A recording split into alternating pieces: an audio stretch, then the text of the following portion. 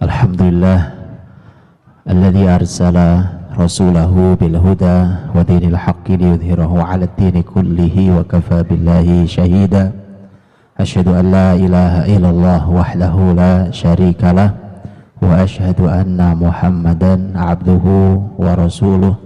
Allahumma shalli wa sallim wa barik wa an'im ala rasulina wa habibina wa nabiyyina Muhammadin sallallahu alaihi wasallam wa ala alihi wa ashabihi wa man tabi'ahu bi ihsanin ila yaumiddin. Ya ayyuhalladzina amanu taqullaha haqqa tuqatih wa la tamutunna illa wa antum muslimun. Allahumma barik lana fi a'malina wa barik lana fi amwalina. Allahumma barik lana fi tijaratina. Rabbana taqabbal minna innaka antas samiul alim wa tub alaina innaka antat tawwabur rahim. Amma ba'd, para ayah dan ibu mukminin dan mukminat yang dirahmati Allah Subhanahu wa taala, bersyukur pada Allah pertemuan kita hari ini pertemuan yang istimewa. Di sini bergabungnya antara dua kemaslahatan besar, kemaslahatan dunia kita dan kemaslahatan akhirat kita.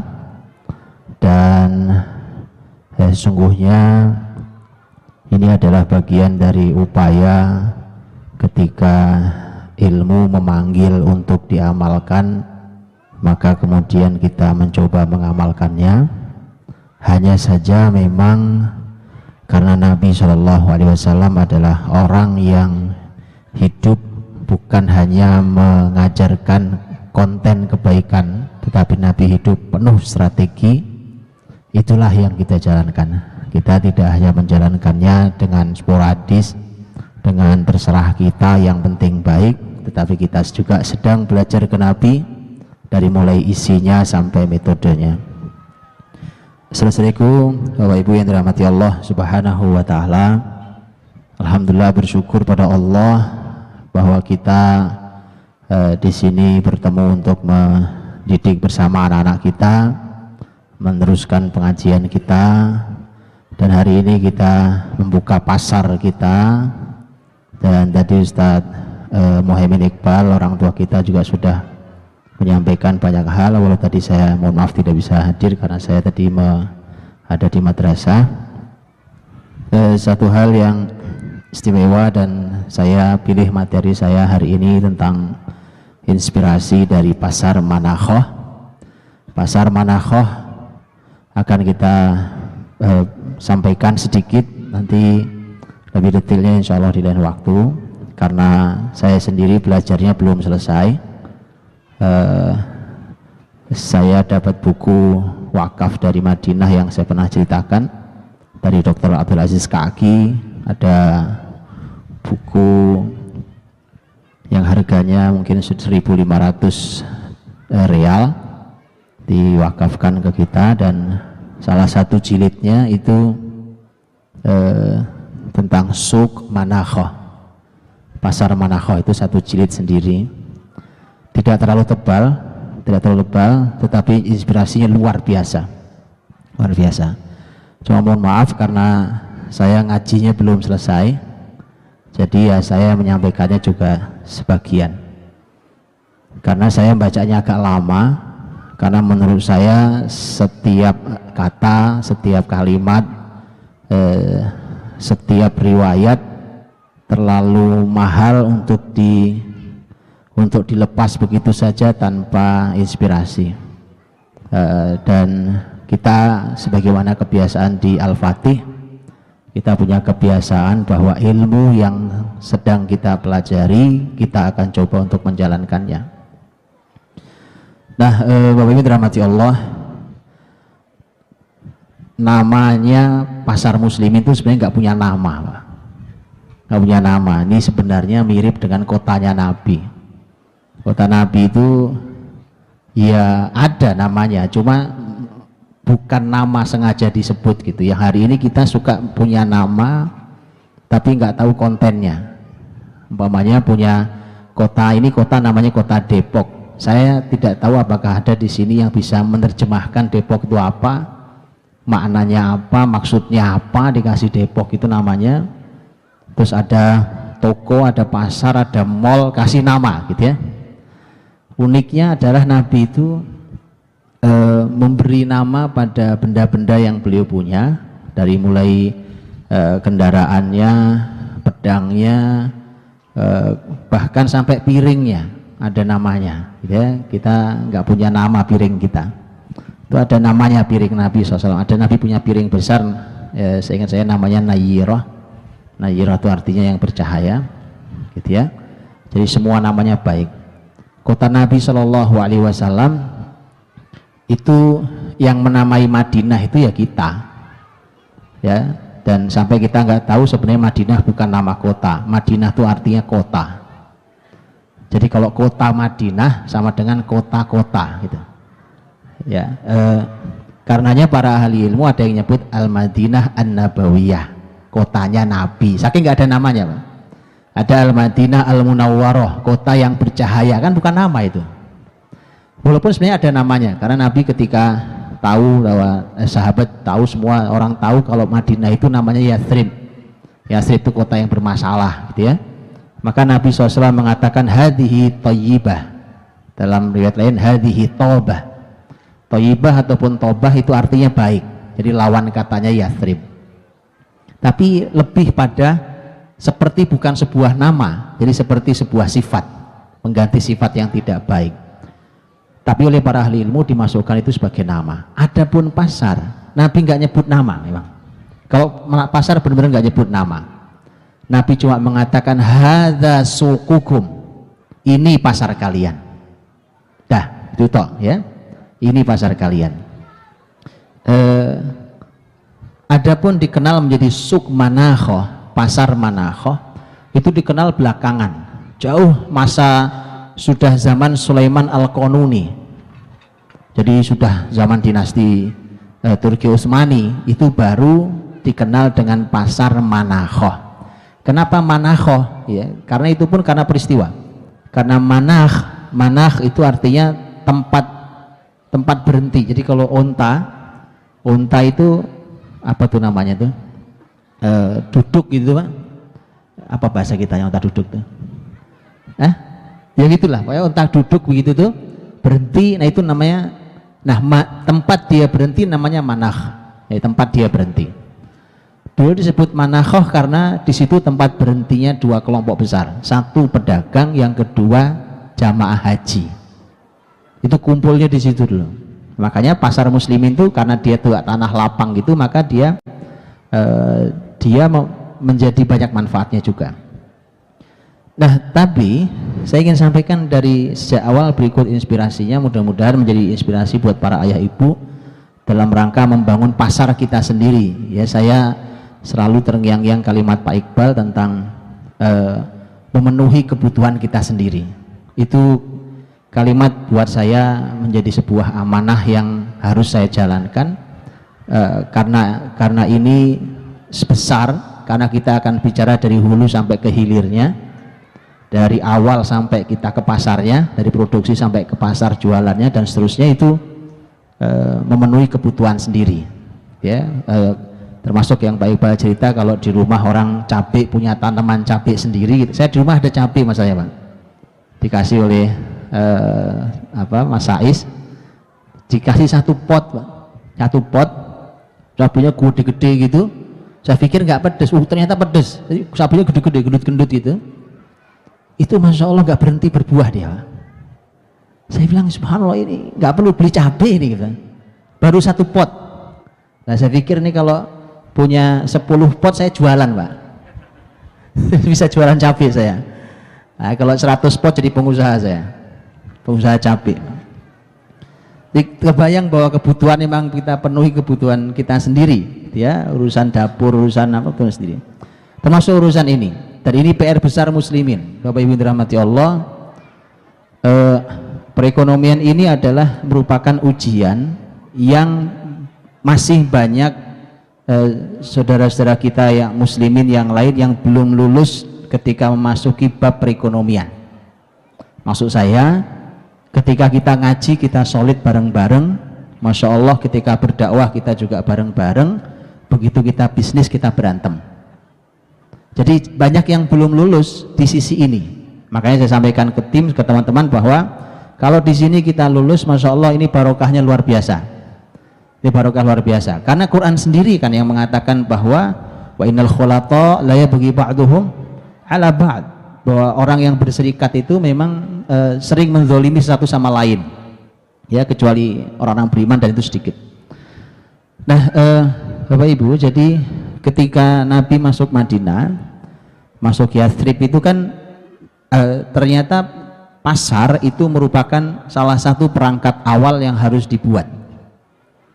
Makanya di usia Kutab yang usia kelima ini, kemudian kita membuatnya ini, Masya Allah, barokah betul. Mudah-mudahan ke depan menjadi lebih besar, lebih baik, lebih barokah lagi. Dan kita buat lagi seperti ini. Ketika Rasul SAW masuk ke Yathrib, salah satu yang harus selesai adalah pasar. Dan Nabi SAW berpikir tentang pasar itu, dengan bagaimana sampai pasar itu jadi. Ini saya mau sampaikan, Pak. Pasar di Yathrib dan sekitarnya itu dulu ada banyak, bukan hanya pasar yang besar. Jadi yang dekat sekali dengan muslimin, itu yang paling dekat ada pasar, ada beberapa pasar, diantaranya pasarnya Ka'ab bin Ashraf. Jadi Ka'ab bin Ashraf itu punya pasar sendiri. Ini salah satu tokoh Yahudi Bani Nadir, itu punya yang nanti oleh muslimin diculik, dibunuh, gitu ya, karena jahatnya luar biasa. Ka'ab bin Ashraf itu orang kaya raya, Pak. Jadi punya pasar sendiri. Jadi ini mungkin gaya orang hari ini mungkin kali ya. Jadi pasar dimiliki oleh pribadi. Itu Ka'ab bin Ashraf itu punya pasar Ka'ab bin Ashraf namanya. Tapi yang lebih besar dari itu, yang dekat dengan penghuni dengan hunian muslimin, adalah pasar Bani Qainuqa. Kalau pasar Ka'ab bin Ashraf posisinya dekat Baqi. Kalau pasar Bani Qainuqa posisinya di seberangnya. Jadi kalau Masjid Nabawi kita ngadep ke kiblat sana gitu, kan Baqi sebelah kiri saya, gitu ya. Dibayangin aja ya, sebelah kiri saya, dan disitulah posisinya pasar Ka'ab bin Ashraf. Tapi posisi pasar Bani Qainuqa di sebelah kanan saya. Jadi kalau Bapak Ibu lihat Masjid Nabawi hari ini, di luar pagar yang sebelah kanan, kalau saya ngadep kiblat ini, dulu kurang lebih di wilayah sekitar itulah dulu pasar Bani Qainuqa. Nah, pasar Bani Qainuqa itu yang paling besar. Di pinggir-pinggir jauh, di wilayah-wilayah Yahudi di pinggiran, di sekitar Masjid Quba. Masjid Quba itu dulu adalah merupakan hunian orang-orang Yahudi banyak di sana. Quba dari Masjid Nabawi jaraknya ya kurang lebih sekitar 5 kiloan. Ya, 5 kiloan kurang lebih lah. Nah, di sana juga ada pasar-pasar Yahudi yang lain. Nah, ketika Nabi masuk ke situ, lihat ini, begitu ngelihat muslimin kan harus punya transaksi ekonomi. Ketika masuk ke pasar-pasar, ya ini yang saya kok langsung teringat kalimat teman saya yang hari ini posisinya sebagai salah satu pimpinan lembaga keuangan syariah besar di Indonesia, gitu ya. Ketika saya ngobrol tentang sesuatu yang ideal, terus beliau mengatakan, susah Ustadz kalau di Indonesia bicara tentang keuangan syariah ideal. Lalu saya bilang, kenapa susah? Ya susah, kita main bola, lapangan orang yang punya. Begitu yang punya lapangan nyemprit, bilang, prit, bubar, ya kita bubar, Ustadz. Wah, saya bilang ini ilustrasinya menarik. Itu yang Nabi hindari. Karena begitu nanti muslimin dibuat solid jualan di pasar Yahudi, disemprit sama yang punya pasar, bubar, Pak. Nah, yang menarik teman-teman, ini upaya membuat pasar itu memang Nabi sudah punya masyarakat beriman yang memang loyal. Itu yang paling penting. Seluruh muhajirin dan seluruh masyarakat Ansor atau sahabat-sahabat yang tinggal bersama Nabi, itu kalau Nabi bilang A, semua A. Nabi bilang warnanya hijau, hijau semua, gak ada yang lain. Maka mudah sekali ketika Nabi bilang pindah pasar, itu yang mahal. Nah, yang menjadi masalah di kita kalau punya ide begitu itu nggak dilihat urutannya, jadi pokoknya langsung pasar atau nanti buat apa lagi ide gitu. Nah, akhirnya kenapa kemudian terlihat menjadi umpamanya kok kurang berhasil atau tidak berhasil, itu salah satunya. Nah, Rasul ketika melihat itu maka Nabi coba cari pasar, cari tempat lokasi pasar yang layak. Saat itu kemudian Nabi ada namanya Baqi' Zubair atau Qubbaz Zubair. Ini nampaknya punya sahabat mulia Zubair bin Awam. Lokasi ini posisinya ada di dekat pasarnya Ka'ab bin Ashraf. Berarti posisinya ada di dekat makam Baqi'. Begitu Nabi buat, nah disitulah maka Ka'ab bin Ashraf ngamuk, Pak. Padahal pasar Nabi ini bagus banget ini sudah, gitu ya. Nabi itu waktu itu cuma didirikan tiang begini terus kasih tenda, tenda tuh. Terus Nabi ketika melihat muslimin sudah mulai jualan transaksi di situ, Ka'ab bin Ashraf ngamuk. Dia orang Yahudi itu dia tahu memang ini kalau muslimin sudah punya lokasi sendiri, pasar dia sepi, Pak. Pasti akan sepi. Karena itulah maka Ka'ab bin Ashraf datang ke pasar muslimin, ke tenda yang didirikan oleh Nabi itu dihancurkan. Nah, ini saya ingetin makanya teman-teman. Ini strateginya, makanya kenapa bukan hanya semangat kebaikan yang disampaikan atau dijalankan, strateginya juga harus ada. Nah, ini pentingnya ilmu. Tidak cukup hanya yuk ini mumpung baik, bukan begitu. Ada strategi yang harus dijalankan. Kenapa? Nah, kalau urusannya seperti ini, pendiri negeri ini, Masya Allah Pak Nasir rahimahullah ta'ala sudah ingatkan kita. Kalau pendidikan kayak kita ini Pak, ya pendidikan ya jalan pendidikan alhamdulillah kan. Tapi kalau sudah masuk wilayah ekonomi, Anda mulai dilirik-lirik gitu. Ka'ab bin Ashraf yang langsung berhadapan kepentingannya dengan pasar muslimin itu marah dan langsung dihancurkan. Begitu dihancurkan, Nabi tahu lah ini pasar kita dihancurin ya, walaupun cuma tenda gitu Pak. Maka Nabi berkata, nah gini, jadi memang harus punya strategi baik. Kata Nabi SAW, saya akan buatkan pasar yang membuat dia lebih marah lagi. Nah, cakep itu Pak. Yahudi memang harus digituin Pak. Tapi lagi-lagi pakai strategi ya. Dan itu seluruh sahabat cuma tinggal nunggu perintah Nabi aja, pindah pasar gitu, cuma gitu dok. Itu hebatnya, sudah punya tim yang solid, nggak ada orang sana sini. Cuma Nabi perlu tempat yang strategis. Nabi keliling lagi, lihat pasar-pasar yang lain, mana tempat yang cocok itu. Ini pasar yang ada dihancurin sama Yahudi. Kemudian Nabi SAW dapat laporan dari salah seorang sahabat. Saya belum ketemu nama sahabatnya, tapi ini adalah laporan dari salah satu sahabat. Dan ini menunjukkan bahwa Nabi merencanakan pasar nggak sendiri, tapi dengan tim para sahabatnya. Salah satu informasi datang ke Nabi, ya Rasulullah coba lihat, saya punya lokasi, menurut saya kayaknya pas lokasi ini. Kata Nabi, yuk kita lihat. Ya, ini menarik gitu ya, ini informasi, tukar informasi itu menjadi penting. Di Depok lihat aja Pak, pasar mana yang nganggur kan, ya kan, yang bisa kita bidik-bidik, menarik. Begitu datang informasi, Nabi SAW melihat. Menurut riwayat bahwa pasar Manakhoh itu aslinya kuburan. Jadi kuburannya ini adanya di wilayah kekuasaannya salah satu pemimpin Ansor, yaitu sahabat mulia Sa'ad bin Ubadah radhiyallahu anhu. Tempatnya Sa'ad bin Ubadah itu tempat pembaiatan pertama kali Khalifah Abu Bakar di Saqifah Bani Sa'idah. Bani Sa'idah ditunjukkan, nah ini kuburan ini ya kan. Jadi begitu tunjukkan, kemudian Nabi lihat ini tempat strategis, bagus di tempat ini. Saya lagi coba menerjemahkan kalimat, saya akan buatkan di tempat yang membuat dia lebih marah. Ini apa maksud ini? Karena salah satu yang saya ketemu menarik adalah, kalau kemarin saya buat hanya berhadapan dengan pasar pribadi dia, sekarang dan Nabi sudah mengukur bahwa muslimin bisa melakukan perlawanan itu. Nabi buatkan pasar yang tidak hanya berhadapan dengan pasar pribadinya Yahudi, tapi pasar sistemnya Yahudi. Karena pasar Bani Qainuqa itu bukan pasar pribadi, itu pasar Bani. Bani itu keluarga besar masyarakat, salah satu masyarakat Yahudi, yaitu Bani Qainuqa. Dan inilah yang teman-teman, bahwa ini perlu ngaji lagi seperti yang sudah pernah saya sampaikan, ngaji lagi surat Al-Hasyr.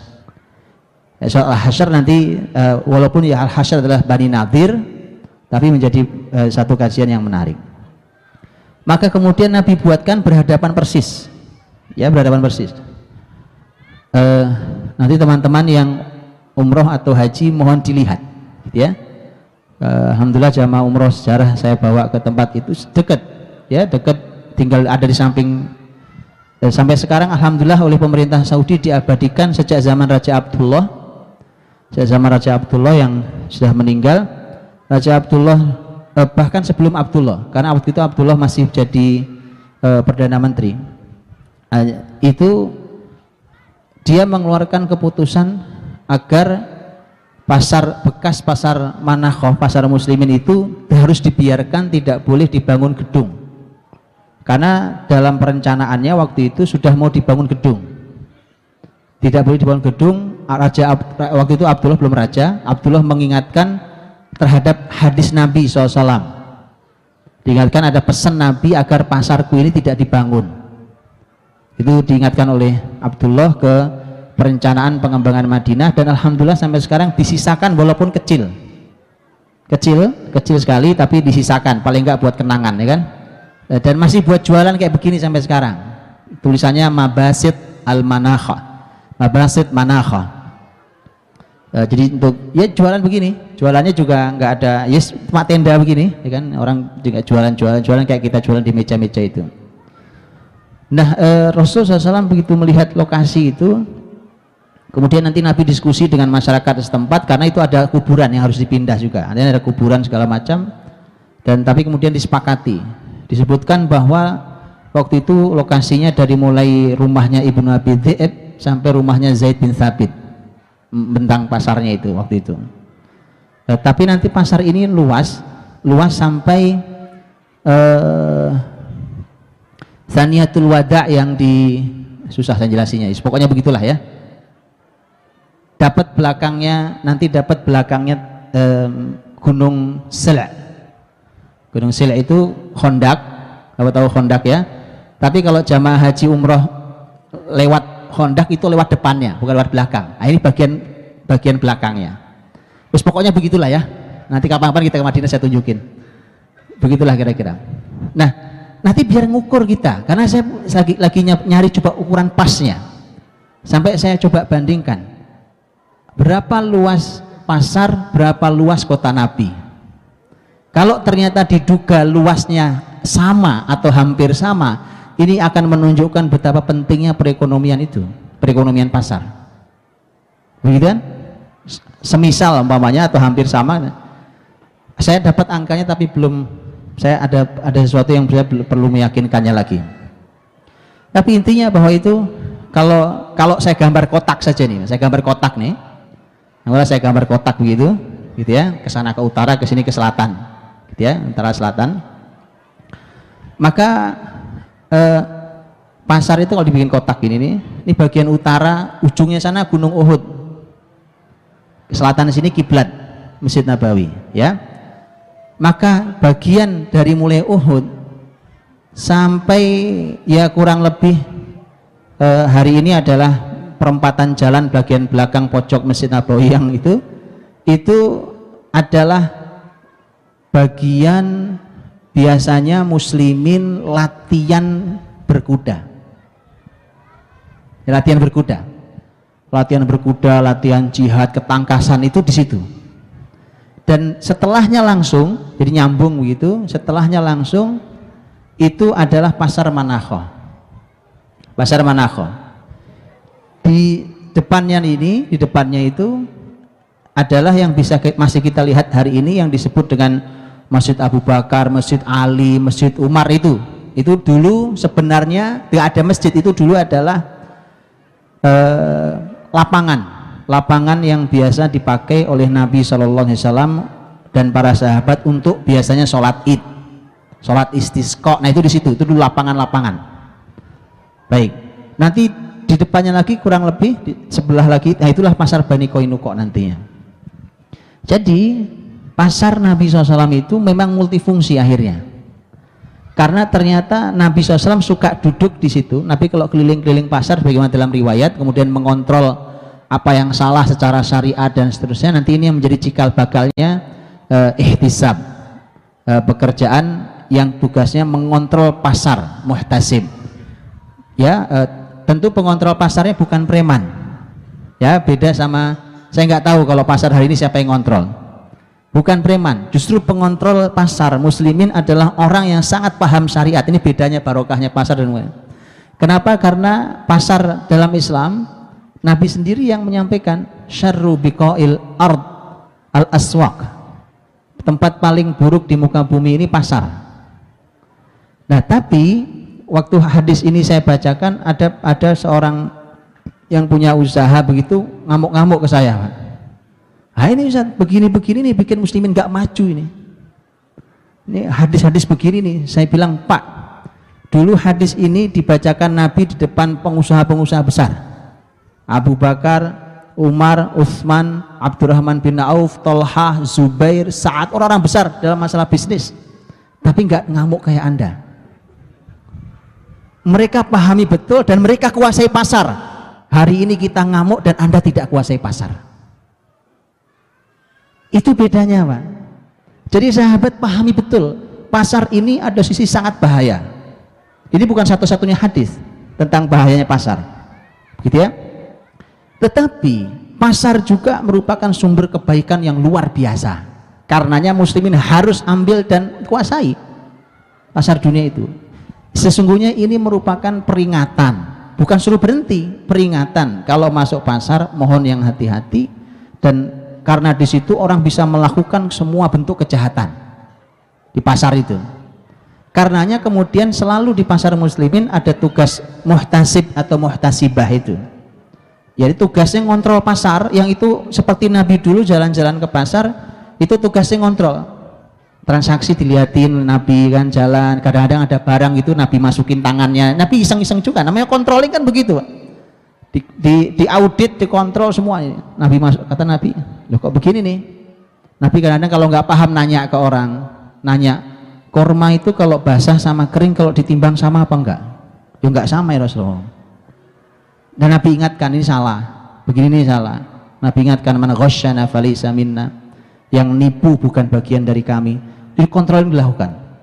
Melihat itulah maka nanti secara sistem diresmikan oleh para sahabat zaman Khulafaur Rasyidin bahwa pasar-pasar itu punya pengawas syariat. Yang kerjaannya keliling, Pak, untuk melihat mana yang salah harus dibetulkan secara syariat. Ya, dan yang menarik dulu di zaman Umar bin Khattab radhiyallahu anhu, yang nanti ini akan dibahas oleh Ustadz Herfi, dan akan detail bahwa ternyata salah satu pengontrol pasar itu perempuan, dia wanita yang sangat dikagumi oleh Umar. Itu nanti Ustadz Herfi akan bercerita setelah zuhur nanti insya Allah. Instrumen pasar di zaman Umar ini menarik nanti setelah zuhur. Nah, jadi Rasulullah SAW itu suka. Jadi ada yang menyebutkan bahwa ada masjid yang disebut dengan Masjid As-Sabaq. Itu sabak artinya perlombaan. Karena dulu sahabat suka lomba kuda. Untuk kuda itu buat lomba yang tujuannya sebenarnya adalah ketangkasan dan keahlian. Ini latihan untuk naik kuda sebenarnya. Berlatih naik kuda sekaligus untuk anak-anak muda, laki-laki, dan persiapan jihad. Itu dulu ternyata di pasar, dan Nabi itu suka duduk kalau sudah ngontrol pasar itu ke arah utara jalan gitu, duduk di tengah posisinya, di tengah antara pasar dan tempat latihan kuda, duduk untuk melihat kedua-duanya. Duduk kedua-duanya dilihat. Ada yang menyebutkan Nabi duduk dulu di Masjid As-Sabaq itu. Nah, disitulah kemudian dulu sahabat lomba naik kuda. Ya, yang saya dapat adalah bahwa kuda itu dulu dibagi dua, Pak. Ini saya cerita tentang kuda sekalian kalau nanti punya lahan luas, ya kan. Dulu kuda dibagi dua, kuda yang terlatih dan kuda yang belum terlatih. Ini hadis sahih riwayat Bukhari. Ternyata beda rutenya, beda rutenya. Jadi kalau kuda yang terlatih itu pacuannya dari mulai Uhud, Pak. Uhud itu sampai sudah dekat tadi dengan Saniyatul Wada. Ya kurang lebih jaraknya 5 kilo. Jadi itu areal pacu itu kuda yang terlatih 5 kilo. Kalau kuda yang belum terlatih sekilo, kurang lebihnya sekilo. Nah itu Nabi SAW buat pasar itu. Nah ketika Nabi SAW sudah buat pasar itulah, maka muslimin sudah punya lokasi sendiri yang ketika seluruh syariat ini mau dijalankan, syariat muamalah transaksi mau dijalankan, disitulah kita tidak disemprit sama yang punya tanah, tidak disemprit sama yang punya lokasi, sama yang punya sistem dan aturan. Muslimin punya pasar sendiri. Dan kisah tentang Yahudi Bani Qainuqa yang nanti kemudian diusir oleh muslimin setelah perang Uhud, itu faktornya sebenarnya bukan karena pasar, karena muslimin siap kalau mau tarung persaingan pasar mah ayo gitu, nggak ada masalah. Di situ pasar Bani Qainuqa, di sini pasar muslimin, boleh pilih deh. Di mana-mana kalau muslimin menjalankan syariatnya dengan benar, orang kafir pun milih muslimin. Cuma masalah kita nggak berani menjalankan syariat dengan benar, itu aja. Semua sistem pemerintahan juga sama, Pak. Anda boleh tanya kota-kota manapun, dari mulai Romawi sampai Persia, tanyakan ke mereka, sampai Eropa, negeri Andalus sana, tanyakan ke mereka, pilih mana dipimpin oleh agama mereka sendiri atau dipimpin oleh Islam, mereka akan bilang dipilih oleh Islam. Sampai terakhir masa Turki sama, orang-orang Romawi, orang-orang Konstantinopel yang dikepung oleh Muhammad Al-Fatih itu, ketika raja mereka Kaisar Konstantin mau minta tolong kepada Roma di Italia yang agamanya Katolik, sementara itu agama Kristen Ortodoks, masyarakatnya bilang lebih baik kami hidup dipimpin oleh muslimin daripada hidup dipimpin oleh Katolik. Sama-sama Kristen, gitu ya, artinya satu Kristen Katolik, satu Kristen Ortodoks. Hal yang sama juga begitu, Jadi ini yang artinya bahwa kalau cuma babnya berhadapan pasar begitu atau berhadapan sistem, kemudian muslimin sangat siap. Karena tadi ada Nabi SAW yang menjaga kualitas pasar agar betul sesuai dengan syariat Islam. Kemudian muslimin di pasar secara teknis harus sangat menjaga kestabilan pasar, karena umpamanya kalau barang tiba-tiba hilang di pasaran itu, maka Nabi akan bisa manggil para pakar-pakar pasar. Abdurrahman bin Auf panggil sini, Abdurrahman sini, Abdurrahman, Utsman, semua panggil sini. Barang hilang di pasar masalahnya, dan barang hilang di pasar itu kerjaan Yahudi. Jadi muslimin selalu berhadapan dengan Yahudi di bab itu. Tiba-tiba barang hilang di pasar, hilang gitu, itu ditimbun oleh mereka. Makanya kenapa Nabi SAW, kenapa dalam Islam Nabi mengharamkan ihtikar. Ihtikar itu nimbun barang yang tujuannya adalah agar menaikkan harga. Karena begitu barang hilang di pasar, permintaan besar begitu kan, maka kemudian harga jadi naik. Itu kerjaannya dari dulu Yahudi, kalau naikin pasar begitu caranya, Pak. Ya, itu kerjaan Yahudi dari dulu. Maka itulah kerjaan dulu muslimin. Muslimin itu punya tugas untuk itu, selain buat transaksi sangat islami. Hanya ketika umpamanya di pasar muslimin tidak ada yang memang dicari, tidak ada, maka kemudian ke pasar Yahudi pun nggak masalah, wong namanya juga transaksi muamalah biasa. Karenanya bukankah peristiwa pengusiran Yahudi Bani Qainuqa penyebabnya adalah ketika muslimah diganggu di pasar mereka, kan begitu? Diganggu di pasar mereka oleh Yahudi itu. Coba, pasar itu tempat iseng. Memang tempat iseng mereka dari dulu pasar begitu. Padahal muslimin itu di pasar itu dulu tadi ya, tempatnya pedagang, ya tempatnya pembeli, tempatnya jamaah haji, kadang juga singgahnya di situ, tempatnya tempat perkumpulan, kadang ada kumpul, kadang ada acara apa, karena dia lahan yang dibuat luas seperti itu. Maka Yahudi Bani Qainuqa itu diusir oleh muslimin, dikepung oleh Nabi dan muslimin saat itu karena mereka melakukan pengkhianatan terhadap perjanjian di mana mereka siap hidup damai. Maka itulah Nabi SAW melakukan pengepungan dan kemudian oleh Nabi SAW dikepung dan mereka menyerah, mereka harus pergi dan otomatis pasar tutup. Pasar tutup. Ya, itu bayangkan itu dari sejak Nabi masuk itu hanya perlu waktu kurang dari 4 tahun. Jadi nutup pasar Yahudi terbesar itu hanya perlu kurang dari 4 tahun. Ini PR buat kita. Gitu ya, jadi sistem Yahudi besar, pasar kan masih ada, pasar-pasar lain Yahudi masih ada. Ini pasar Yahudi yang terbesar Bani Qainuqa. Gitu ya. Makanya ini bukan sekedar sebuah permainan dan nyari uang. Gitu ya. Antum punya PR nggak lama-lama, waktunya nggak lama, hanya perlu waktu 4 tahun. Waktu 4 tahun itu pasar Bani Qainuqa tutup pertama kali. Tutup gara-gara itu. Pindah karena orang tahu transaksi muslimin tentu lebih baik. Nah, belum lagi nanti kan kualitas, teman-teman. Kualitas, oh iya, hari ini saya baru tahu bisa merasakan. Hal-hal yang berhubungan dengan racun itu Yahudi senang banget, Pak. Makanya Nabi aja diracun. Iya, dan racun-meracun ini kerjaan Yahudi memang luar biasa. Makanya saudara-saudara kita yang para ustadz, para tokoh aktivis yang ikut kapal Mavi Marmara kan juga diracun juga. Ustadz itu diracun. Makanya begitu pulang mereka semua harus cek dan benar ada racunnya dalam tubuh mereka. Cuma tidak membunuh dalam waktu cepat.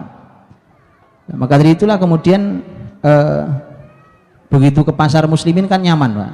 Makanya makanan-makanan, minuman-minuman kita yang kita jual mestinya kita upayakan bebas racun, ya kan? Hari ini anak-anak kita beli di toko ngeri karena racunnya, Pak.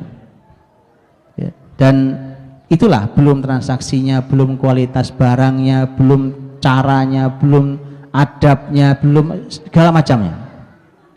Nah, disitulah maka muslimin kemudian mulai melakukan transaksi-transaksi di pasar mereka sendiri, ya, di pasar mereka sendiri. Dan waktu itu Nabi membuatkan kaidah-kaidah di pasar waktu itu.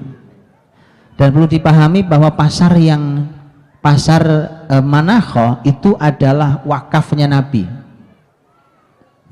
Jadi wallahu alam, nanti mungkin bisa dikaji oleh para ahli bahwa bisa saja umpamanya saya bangun pasar, kemudian ini pasar saya, ya, secara hukum muamalahnya halal-halal saja.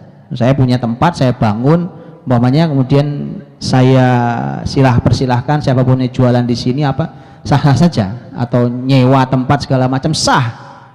Tapi kita tidak sedang cuma bicara nyari uang, itu masalahnya. Itu sehingga apakah ini yang menjadi salah satu kunci pentingnya, bahwa Nabi membuatkan pasar itu setelah dinego dengan masyarakatnya Sa'ad bin Ubadah, mereka sepakat, kemudian nanti statusnya menjadi wakaf, wakaf muslimin. Itu persis sama dengan apa yang kita lihat tentang Masjid Nabawi, karena Masjid Nabawi kan tanah milik 2 anak yatim, dibeli oleh Nabi terus wakaf, gitu ya. Pasar juga ternyata begitu, karena begitu pasar statusnya wakaf, maka kemudian pasar ini sudah nggak ada yang punya kecuali Allah Subhanahu Wa Taala. Maka kemudian pasar itu Nabi memberikan aturan-aturan, luasa memberikan aturan. Nabi SAW memberikan aturan-aturan. Ada beberapa riwayat kalimatnya saya kumpulkan, diantaranya adalah kalimat bahwa pasar ini la tudayyak. Kata dhaik itu artinya sempit. Sempit artinya. Jadi pasar ini jangan sampai mempersempitnya. Nanti diantara pemaknaannya juga nanti la tatahajjaru, ya, itu bebas kepemilikan. Jadi Nabi punya pasar lepas yang tidak ada kepemilikan, jadi persis sama dengan orang ke masjid lah, gitu ya. nggak ada soft punya siapa gitu, nggak ada. Ya, itu pasar yang dulu mengalahkan pasar Yahudi Bani Qainuqa. Makanya betul yang disampaikan orang tua kita Pak Iqbal, kalau kita ini menggunakan cara mereka kemudian bersemboyan mengalahkan mereka, nggak bisa. Setuju saya Pak. Mengalahkan mereka dengan cara mereka, kita sudah kalah jauh Pak. Duit gedean mereka, sistem bagusan mereka, semua punya mereka lebih lengkap daripada kita gitu. Kemudian tiba-tiba kita ingin mengalahkan mereka dengan cara mereka. Makanya ketika Yahudi punya sistem seperti itu, Nabi buatkan sistem pasar. Jadi sampai Nabi tidak mengizinkan waktu itu bahwa lokasi ini, kata Nabi, tidak boleh ada yang punya. Jadi siapapun datang jualan silahkan. Bahkan Nabi meminta agar tidak diambil kharaj. Kharaj itu pungutan, ya, pungutan di pasar ini yang jualan waktu itu tidak boleh diambil pungutannya, ya, pokoknya disediakan sudah di sini semua jualan. Nah itu beberapa kalimat Nabi yang disampaikan tentang pasar. Kemudian ada juga kalimat Nabi yang lain, ada beberapa hal yang lain ya, ada wala yuntaqasan wala yudroban alihi kharaj wala la tatahajjaru la tudayyak. Ada beberapa kalimat. Itu kaidah-kaidah yang disampaikan oleh Nabi SAW tentang pasar beliau. Jadi salah satu intinya adalah supaya muslimin bisa jualan kapanpun, tidak terganggu oleh apapun, tidak dipersulit, semua orang bisa jualan di sini, tidak perlu harus menyewa tempat sehingga yang bisa jualan hanya yang nyewa saja. Juga tidak ada pungutan-pungutan yang mempersulit mereka begitu, dan seterusnya. Karena dibuat sebegitu nyaman dan leluasa itulah maka pertumbuhan pasar muslimin cepat sekali dibandingkan di pasar Yahudi. Di pasar Yahudi yang aturannya memang rumitnya luar biasa, ya kan, mempersulit, luar biasa. Apalagi kalau pasar pribadi seperti pasar Ka'ab bin Ashraf, wah itu sudah terserah dia. Apalagi dia pemimpin Yahudi, terserah dia sudah. Nah, disinilah keistimewaannya pasar muslimin, pasar Manakhoh itu, sehingga cepat sekali orang-orang itu nyaman transaksinya di pasar muslimin. Ya, hari ini kenyamanan itu baru dibuktikan dengan AC, parkiran, itu baru kenyamanannya, tapi belum pada sistemnya. Itu pada sistemnya. Bagaimana sistem itu dibuat sangat nyaman, muslimin dibuat begitu nyamannya, ya, dan siapapun yang jualan di situ, siapa yang dijualkan di situ, maka dibuat sedemikian luar biasa nyamannya. Bapak Ibu yang dirahmati Allah Subhanahu Wa Taala, jadi wakaf Rasul berupa pasar ini yang kemudian diterima oleh muslimin dan kemudian dijadikan sebagai tempat yang di mana muslimin berjual beli dengan cara yang sangat leluasa, dan yang menarik adalah bahwa muslimin punya pasar itu mereka tidak lupa beribadah pada Allah Subhanahu Wa Taala, karena tentu posisi pasar itu tidak jauh dari Masjid Nabawi, ya, tinggal jalan kaki Masjid Nabawi, dan sehingga aturannya ya tentu muslimin sholat begitu waktunya azan ya sholat, ya, waktunya azan ya sholat, ya urusan pasar ya berhenti, ya, seperti yang aturan yang ditegakkan di Saudi sampai hari ini, ya, begitu azan ya semua harus berhenti transaksi. Kita lagi nawar di dalam toko aja diusir sama yang punya toko, ya kan, ya, jadi mereka jualan memang kayak nggak takut nggak dibeli Pak, jadi malah kita datang disuruh udah azan nanti balik lagi, nggak balik juga nggak apa-apa, ya kan. Memang sampai begitu, dan subhanallah begitu, gitu ya.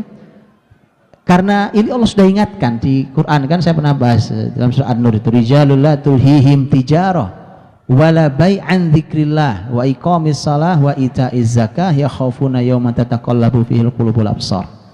Itu para kaum laki-laki yang tidak dilalaikan oleh tijarah, perdagangan, jual beli, dari zikir pada Allah, mendirikan sholat, bayar zakat, gitu ya. Itu 3 poin. Jadi nggak boleh sampai lupa hal ini, dan mereka takut akhirat. Jadi karena urusan zikir, jadi artinya teman-teman pasar itu memang cenderung akan menghilangkan 4 poin ini. Tadi poin zikir, sholat, zakat. Hati-hati karena zikir begitu ya, zikir. Ini kalau karena sibuk pasar ya kan, zikirnya nggak sempat. Begitu selesai sholat langsung buka lagi ya, zikir nggak sempat zikirnya. Sholat mulai masalah ya kan, zakat itu hitungannya rumit Pak. Kan pedagang namanya kan, hitungannya wah ini berapa nih keluarnya ini kan, zakat ini. Kemudian nanti mulai terkikis rasa takut kepada akhirat itu. Itu sudah diingatkan oleh Allah, karenanya pasar muslimin, pasar Manakho itu posisinya juga posisi yang mudah menjangkau masjid, bisa diingatkan dengan azan, dan kemudian apalagi pada hari Jumat muslimin punya aturan tentang transaksi di hari Jumat yang kita semua tahu, idza nudiya lis-salati min yaumil jumu'ati fas'au ila dzikrillahi wa dzarul bai'. Makanya ketika ada pelanggaran di pasar itu, maka Nabi tidak segan-segan untuk menegurnya. Ada tadi contohnya yang masalah controlling terhadap kualitas barang dan indikasi penipuan. Lebih dari itu, ketika juga Nabi SAW memberikan aturan bahwa pasar ini tidak boleh dimiliki oleh siapapun. Pernah di pasar Manakho itu ada tenda kecil sebenarnya, itu dipasang begitu, mungkin nggak tahu sebabnya, mungkin panas atau apa gitu ya, untuk jualan korma. Dalam riwayat lain yang punya tenda itu sahabat mulia Muhammad bin Maslamah radhiyallahu anhu. Begitu tenda itu ada, Nabi memerintahkan untuk dibakar. Katanya bakar itu tenda. Pelanggaran. Ini pelanggaran. Karena saya sudah katakan dari awal, tidak boleh ada yang apa bahasa kitanya Pak. Pokoknya ngetek tempat lah bahasa gampang gitu. Enggak boleh itu. Itu di pasar Nabi ya, di pasar Nabi. Saya tidak bicara halal haram. Boleh antum punya ruko, antum beli toko, antum sewa, boleh. Cuma ini saya sedang bicara tentang pasar Manakho, yang inilah pasar dulu yang menjadi saksi di peradaban Islam, pertama kali pasar muslimin, dan berhasil menutup sistem pasar Yahudi. Karenanya sistem pasar Yahudi itu, dan hari ini begitu bicara pasar Yahudi menjadi hadir terang benderang di depan mata kita, karena beda dengan zaman Nabi. Zaman Nabi Yahudi masyarakat pinggiran yang kalah. Hari ini mereka mimpin dunia. Jadi kita punya inspirasinya mesti segar sekali. Dulu sistem Yahudi itu runtuh dengan dua hal. Yang satu, dengan muslimin memang punya pasar sendiri, jadi punya sistem perekonomian sendiri, sehingga tidak hanya bisa berteori tapi memang bisa praktek sendiri. Semua yang ada dalam kitab fikih, dalam bab transaksi, kitabul buyu umpamanya, kitab jual beli, bisa dipraktekkan di pasar sendiri, tidak kikuk, karena banyak sekali syariat ini yang tidak bisa dijalankan di lembaga-lembaga syariah karena memang tadi main bola di lapangan orang. Nah, karena itu ini adalah memang musliminnya ada. Ini dalam bahasa ayat yang disebut sebagai waqul ja'al haqq wa zahaqal batil innal batila kana zahuqa. Katakan Muhammad, telah datang kebenaran dan yang batil pasti hancur, dan kebatilan memang pasti hancur. Cuma kebatilan itu akan hancur kalau sudah datang yang benar. Karenanya ayatnya mengatakan ja'al haq, datang dulu yang benar belum ada, mau hancur gimana? Sekarang kita mau bicara apa nih? Sistem keuangan. Loh, muslimin belum punya kok sistem keuangan. Bicara pasar, muslimin belum punya pasar. Bicara pendidikan, muslimin belum punya pendidikan umpamanya. Maka semua ini harus datang dulu. Yang benar yang mana? Orang mau yang benar yang mana Pak? Jadi harus datang dulu. Ja'al haq, datang dulu yang benar. Begitu yang benar datang, maka yang batil pasti akan pergi. Karena sunatullahnya yang batil mesti hancur. Ya, karena si pelaku kebatilan sendiri memang tidak mau dicurangi. Kan orang yang curang nggak mau dicurangi, Pak. Nah, karena itulah maka kebatilan itu nggak lama umurnya sebenarnya. Asal satu syaratnya, yang hak dia datang. Dan makanya kemudian pelanggaran oleh Nabi ditindak tegas. Pelanggaran ditindak tegas ya. Dan ketika Al-Fatih di bawah koordinasi para orang tua kemudian membuatkan daurah muamalah ya Pak Agus ya, daurah muamalah segala macam. Itu tujuannya supaya seperti yang disampaikan oleh Umar bin Khattab ketika Umar mengumumkan di pasarnya bahwa kata Umar, la yabi' fi suqina hadza illa man faqih, tidak boleh jualan di pasar kami kecuali yang paham transaksi syariat itu kayak apa. Enggak susah ilmunya, Ilmu itu nggak susah sebenarnya, gampang, cepat, singkat, belajar juga nggak susah. Nah, cuma harus paham. Jadi dulu disyaratkan, dulu para sahabat ilmunya banyak Pak, karena duduk ketemu Nabi langsung. Nah masalahnya di kita ini kejauhan, karena itulah maka kemudian di Al-Fatih dibuatkan itu semua dalam rangka mencoba menjalankan transaksi itu. Saya kira itu dari saya, tidak panjang lebar. Mudah-mudahan suatu hari tadi Pak, kita bisa nanti mungkin Pak Iqbal akan seperti itu Nabi begitu ketemu lokasi pasarnya, kemudian Nabi apa bahasanya itu, Nabi injakkan kakinya di pasar itu, gitu ya, Nabi menginjakkan kakinya sampai Nabi mengatakan hadza suqukum, ini pasar kalian. Ya, itu pasar kalian, maka resmi itu. Jadi peresmian Nabi itu nginjek kaki Pak. Diinjakkan kaki itu dan Nabi bilang hadza suqukum, ini pasar kalian. Wallahu bisawab, mungkin baru memulai, tetapi kalau Allah ridhoi permulaan itu menjadi harapan bagi sebuah kebesaran di kemudian hari. Makanya kita minta bimbingan pada Allah dan Rasulnya supaya dibimbing, dan kesempatan yang luar biasa kalau kemudian kita berhasil memenuhi kebutuhan kita sendiri. Wallahu a'lam bishawab.